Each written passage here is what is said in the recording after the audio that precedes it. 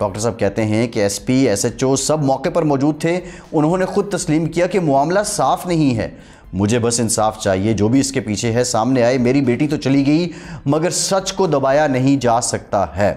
اس سارے معاملے میں ایک اور دکھ سوشل میڈیا کے رویے کا بھی ہے۔ ڈاکٹر اصغر کہتے ہیں کہ کسی نے کچھ نہیں دیکھا، سب نے زبان کھولی، ہمیں کبھی موقع ہی نہ دیا کہ ہم اپنی بات کہہ سکیں۔ کیا واقعی یہ صرف ایک طبعی موت تھی؟ کیا کوئی پراپرٹی، کوئی جھگڑا یا کوئی خاندانی دوری اس موت کی وجہ بنی؟ جس پر ڈاکٹر اصغر نے تردید کی کہ پراپرٹی کا کوئی مسئلہ نہیں تھا۔ یہ بھی سوال ہے کہ ایک شفاف، باکردار، خوددار اور خدمت گزار لڑکی کا بے ایمانہ قتل کیسے ہو گیا، جس کی پردہ پوشی میں پورا نظام شامل ہے؟ اب یہ سوالات جو ہیں عوام بھی اٹھا رہے ہیں اور اسی طرح کی باتیں ڈاکٹر اصغر علی بھی کر رہے ہیں۔ بہرحال اس وقت یہ کہنا قبل از وقت ہے کہ اصل مجرم کون ہے، لیکن تصویر کا دوسرا رخ والدین کی طرف سے خاموش چیخ بن کر ابھرا ہے۔ سچ ہمیشہ ایک جیسا نہیں ہوتا، اس کے کئی رخ ہوتے ہیں، کئی چہرے ہیں۔ حمیرہ اصغر کی کہانی بھی شاید وہی ہے، ایک المناک داستان ہے جس میں جذبات ہیں، سچ ہے، جھوٹ ہیں اور سوال بھی بہت سے آپس میں ملے جلے ہیں۔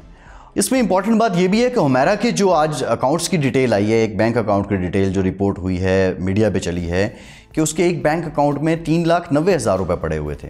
اب سوال یہ بھی ہے کہ جو بات کچھ لوگ بات کر رہے تھے کہ وہ مالی مشکلات کا اس کو سامنا تھا، اگر اس کے بینک اکاؤنٹ میں اتنے پیسے پڑے تھے تو کیسی مالی مشکل تھی؟ پھر اس کے والد نے جو بات کی کہ وہ بڑا مخیر کام کرتی تھی، یتیم بچوں کے لیے کام کرتی تھی، تو بظاہر تو مالی مشکل والا ایلیمنٹ بھی نظر نہیں آتا ہے۔ ایز سچ حمیرہ کی جو ریپوٹیشن میڈیا میں بھی تھی وہ ویسی نہیں تھی کہ حمیرہ کوئی کھاؤ قسم کی لڑکی ہے، ایسا بھی کچھ نہیں تھا۔ وہ پچھلے 10-12 سال سے کراچی میں رہ رہی تھی۔ میں نے پہلے بھی بات کی کہ میری اور اس کی ملاقات 2014 میں ہوئی تھی، تب سے میں اس کو جانتا تھا، تب بھی وہ بڑی اوور ویلمنگ تھیں۔ ملاقات میں ہی اس نے ہمیں ڈنر ہوسٹ کیا، ہم نے ڈنر وغیرہ کیا، اور لیکن مالی مشکل والا ایلیمنٹ نظر نہیں آیا۔ لیکن جو یہ کہانی آگے چلے گی، یہ کہانی بہت سے رخ بدلتی جائے گی۔ آخر میں وہ بھی نکتے جو والد نے سوالات اٹھائے ہیں وہ بھی خاصے عام ہیں، ان کے بھائی نے بھی سوالات اٹھائے ہیں۔ نوید اصغر نے یہ کہا تھا کہ جو مالک مکان ہے اس کا رویہ کیا تھا، اور مالک مکان جو ہے اس سے کیا کوئی پوچھ گچھ ہوئی ہے، یہ بھی ایک سوال اٹھ رہا ہے۔ بہت سے سوالات ہیں۔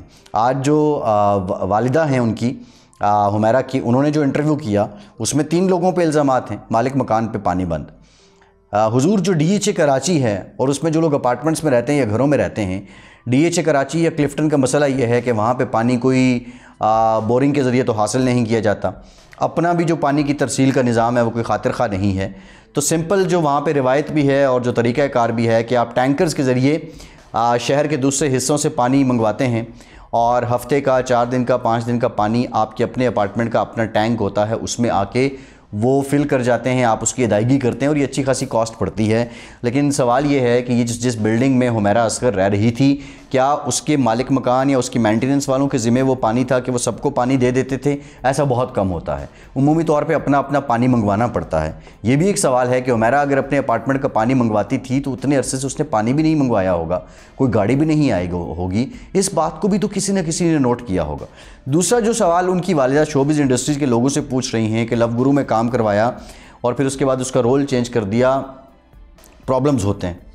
بعض اوقات آپ ایکٹ نہیں پراپر کر پاتے، بعض اوقات بیہیویئر کا ایشو ہوتا ہے، بعض اوقات یہ ہوتا ہے کہ آپ کسی کے ساتھ سین شوٹ کر لیتے ہیں، اس کا جو رول ہے مکمل نہیں ہوتا، باقی سین کروانے ہوتے ہیں۔ اب یہ تو نہیں معلوم کہ لو گرو میں جو اس نے شوٹ کیا ہے وہ اس وقت کیا باقی شوٹس بھی مکمل کر چکی تھی، مکمل شوٹ کے بعد مکمل سینز کے بعد آؤٹ کیا گیا تو پھر تو انجسٹس ہے۔ لیکن آدھے کیے آدھے نہیں کیے تو انہوں نے ظاہرہ کام کو تو ریپلیس کرنا تھا۔ اور جو ہمسایوں سے متعلق انہوں نے بات کی ہے، کراچی از اے کاسموپولیٹن سٹی، نو بڈی بادرز کے ساتھ والے اپارٹمنٹ میں کون رہتا ہے، اور بالخصوص کراچی کلفٹن اور ڈی ایچ اے کا یہی کلچر ہے۔ میں وہاں رہ کے آیا ہوں، کوئی کسی کو نہیں پوچھتا ہے، اور شاید ہم اس کلچر کو بدل بھی نہ سکیں۔ اب یہ سارے سوال جو ہوئے، اور ان سارے سوالات کے دوران حمیرہ کے والد اور والدہ سے جب یہ سوال پوچھا گیا، 2 عیدیں گزر گئیں، شب برات گزر گئی، بہت سے مواقع مذہبی تہوار گزر گئے، خاندان میں بہت سی خوشیاں بہت سے غم گزر گئے، آپ نے حمیرہ سے رابطے کی کوشش نہیں کی؟ انہوں نے کہا ہم رابطہ کرتے رہے لیکن اس کی سمیں بند تھی، ہم نے سمجھا وہ باہر چلی گئی۔ یہ جو سوال ہے کہ جو آپ ایک جانب کلیم کر رہے ہیں کہ ہماری کوئی قطع تعلق ہی نہیں تھی، اور ایک جانب آپ یہ کہتے ہیں کہ بیٹی ان کی اس سے 9 ماہ سے کوئی رابطہ نہیں ہوا، یہ سوال بھی اپنی جگہ مبہم ہے۔ جس طرح مالک مکان پہ یہ بہت سے سوالات حمیرہ کے والد اور والدہ اٹھا رہے ہیں، وہ اس موت کو مبینہ طور پہ قتل قرار دے رہے ہیں۔ اسی طرح یہ بھی سوالات ہیں کہ آپ جو اس بات کی نفی کر رہے ہیں کہ قطع تعلقی نہیں تھی، اگر قطع تعلقی نہیں تھی تو پھر 9 ماہ ایک جیتا جاگتا انسان جو آپ کے گھر کا فرد، آپ کے جسم کا جی، وہ آپ کے گھر سے دور ہے اور آپ نے پتہ نہیں کیا۔